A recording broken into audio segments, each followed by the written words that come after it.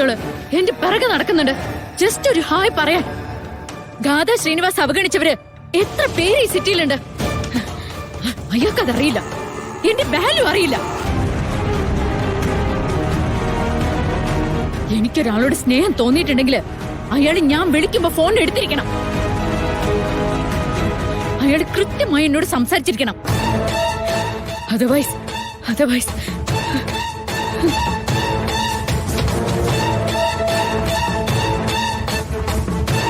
മോളെ, നമ്മളൊരു relation choose ചെയ്യുമ്പോ അപ്പുറത്തെ ആള് നമുക്ക് തരുന്ന വില വളരെ പ്രധാനമാണ്.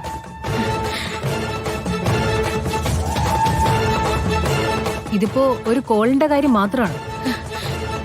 ഒരുപാട് കാലം ഒരുമിച്ച് ജീവിക്കേണ്ടി വരുമ്പോ ഇതുപോലുള്ള എത്ര പ്രശ്നങ്ങൾക്ക് നീ ടെൻഷൻ അടിക്കേണ്ടി വരും.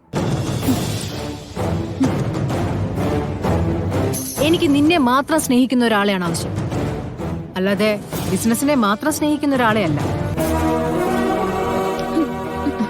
എനിക്കിത് ചൂസ് ചെയ്തത് മമ്മിയല്ലേ? അന്ന് വലിയ വായിൽ മമ്മി പറയുന്നുണ്ടായിരുന്നല്ലോ, ബിസിനസ് രംഗത്താണ് നവീന്റെ സൂപ്പർമസി, നവീന്റെ സ്മാർട്ട്നെസ്. അതൊക്കെ സത്യമാണ് മാഡം. പക്ഷെ നോർമൽ റിലേഷൻഷിപ്പില് അയാൾ എങ്ങനെയായിരിക്കും മമ്മിക്ക് അറിയില്ലല്ലോ. ഗാഥ, നമുക്ക് ചിന്തിക്കാനായിട്ട് ഇഷ്ടം പോലെ സമയമുണ്ട്. ഒരു മെയിൽ ഷോവനിസ്റ്റ് ആയിട്ടുള്ള ഒരാൾക്ക് കീഴടങ്ങി കൊടുക്കാനുള്ളതല്ല മോളെ ജീവിതം. നീ എന്റെ മോളാ. പലരും പേടിക്കുകയും മുഴുവൻ പേരും ബഹുമാനിക്കുകയും ചെയ്യുന്ന സിതാര ശ്രീനിവാസിന്റെ മകൾ. ഈ ബന്ധം നമുക്ക് വേണ്ട മോളെ.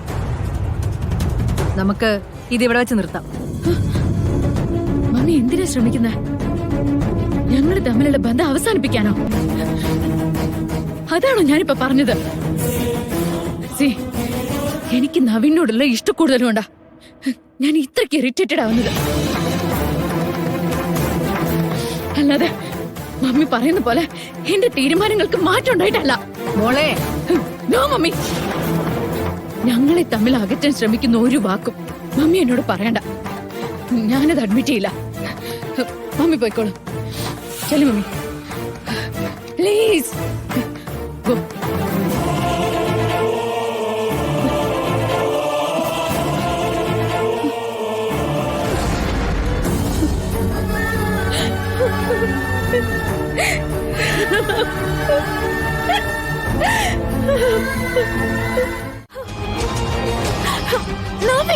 പോകാനല്ലേ പറഞ്ഞത്?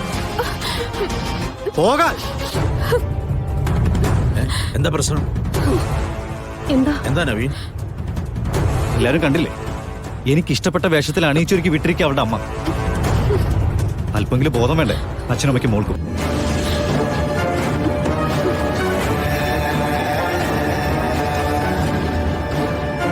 മോള് പാമ്പിനെ പിടിച്ച പഴയ കഥ ഓർമ്മയുണ്ടല്ലോ, അതുപോലെ ഒന്നിനെ അവൾ എന്റെ മുറിയിൽ കയറിയത്.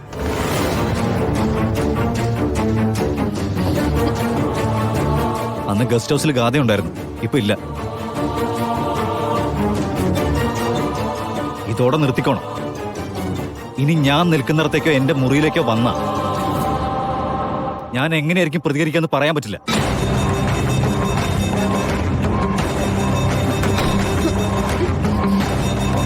എന്താ നിർമ്മല ഇതൊക്കെ? നീയാണോ ഇവളെ ഈ കോലം കെട്ടിച്ചത്? നവീന് ബൂസ്റ്റുകളൊക്കെ എടുക്കുന്നത് കണ്ടപ്പോഴേ ഞാൻ ചോദിച്ചില്ലേ? അപ്പോ എന്നോട് ബഹളം വെച്ചിട്ടല്ലേ അതുകൊണ്ട് ഇങ്ങോട്ട് പോകുന്നത്? അത് ഇതിനായിരുന്നോ? നിർമ്മലേ, നവീൻ പറഞ്ഞു കേട്ടല്ലോ, നീയോ നിന്റെ ഭർത്താവോ മകളോ അവനെ ഒരു തരത്തിലും ബുദ്ധിമുട്ടിക്കാൻ പാടില്ല. നിന്റെ മകളുടെ വിവാഹം നടത്തിയേ പറ്റൂ എന്നുള്ള വാശിയിലല്ലേ? അവൾക്ക് പറ്റിയൊരു പയ്യനെ നമുക്ക് കണ്ടെത്താം. എത്രയും പെട്ടെന്ന് വിവാഹം നടത്തുകയും ചെയ്യാം.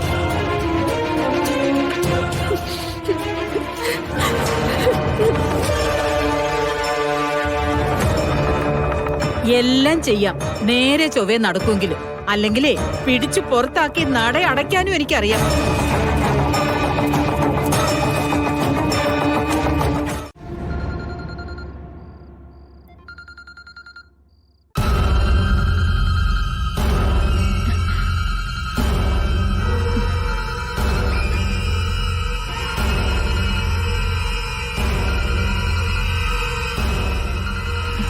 ഹലോ, ഞാൻ ഉണ്ണിമായ.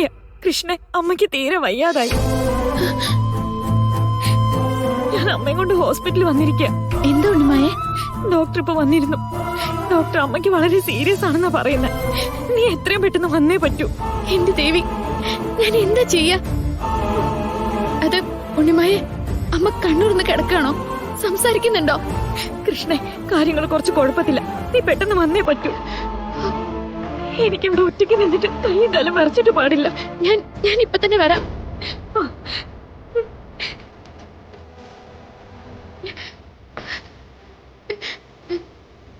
സുനന്ദേച്ചി, എന്റെ അമ്മ, ഞാൻ വരും എന്ന് പറഞ്ഞ് നോക്കിയിരുന്നതാ. കാശും കൊണ്ട് ചെല്ലെന്ന് പറഞ്ഞിട്ട് പറ്റിക്കായിരുന്നില്ലേ ഞാൻ ആ പാവത്തിനെ. അതിന്റെ സങ്കടത്തിൽ തളർന്നു വീണതായിരിക്കും. അങ്ങനെയൊന്നും ചിന്തിക്കല്ലേ മോളെ. ഗോപാലേട്ടാ, എന്തായാലും മോളെ വിട്ടല്ലേ പറ്റൂ. എന്തിപ്പ ചെയ്യാ? മണി 4:30 ഇപ്പൊ പോയാ ബസ് കിട്ടും. നേരം വിളിക്കുന്നതിന് മുമ്പ് അങ്ങ് എത്തുകയും ചെയ്യാം. സുനന്ദ, ഒരു കാര്യം ചെയ്യാം, ഞാനും കൂടെ മോളുടെ കൂടെ പോയിട്ട് വരാം. അയ്യോ വേണ്ട ഗോപാല മാമ, അത് വേണ്ട. മാമൻ അങ്ങോട്ട് അധികം വരാത്ത ആളല്ലേ. അതാണോ ഇപ്പൊ വലിയ കാര്യം? അഥവാ എന്നെ ആരെങ്കിലും കണ്ടാലും എനിക്കൊരു കുഴപ്പമില്ല. അമ്മയുടെ അടുത്ത് പെട്ടെന്ന് എത്തണം. അങ്ങനെയാണെങ്കിൽ മാമൻ എന്നെ ബസ് കയറ്റി വിട്ടാ മതി. ഞാൻ തനിച്ചു പോയിക്കോളാം. എന്തെങ്കിലും ഉണ്ടെങ്കിൽ ഞാൻ വിളിക്കാം. എങ്ങനെയാ മോളെ നിന്നെ തനിച്ചയക്ക? അതില് കാര്യമൊന്നുമില്ല സുനന്ദേച്ചി. ശരി, എന്നാ മോള് മുഖമൊക്കെ കഴുകി ഈ ഡ്രസ്സൊക്കെ ഒന്ന് മാറ്. അമ്മയ്ക്ക് ഒന്നും വരില്ല മോളെ. നിന്നെ അങ്ങനെ ദൈവം ശിക്ഷിക്കോ?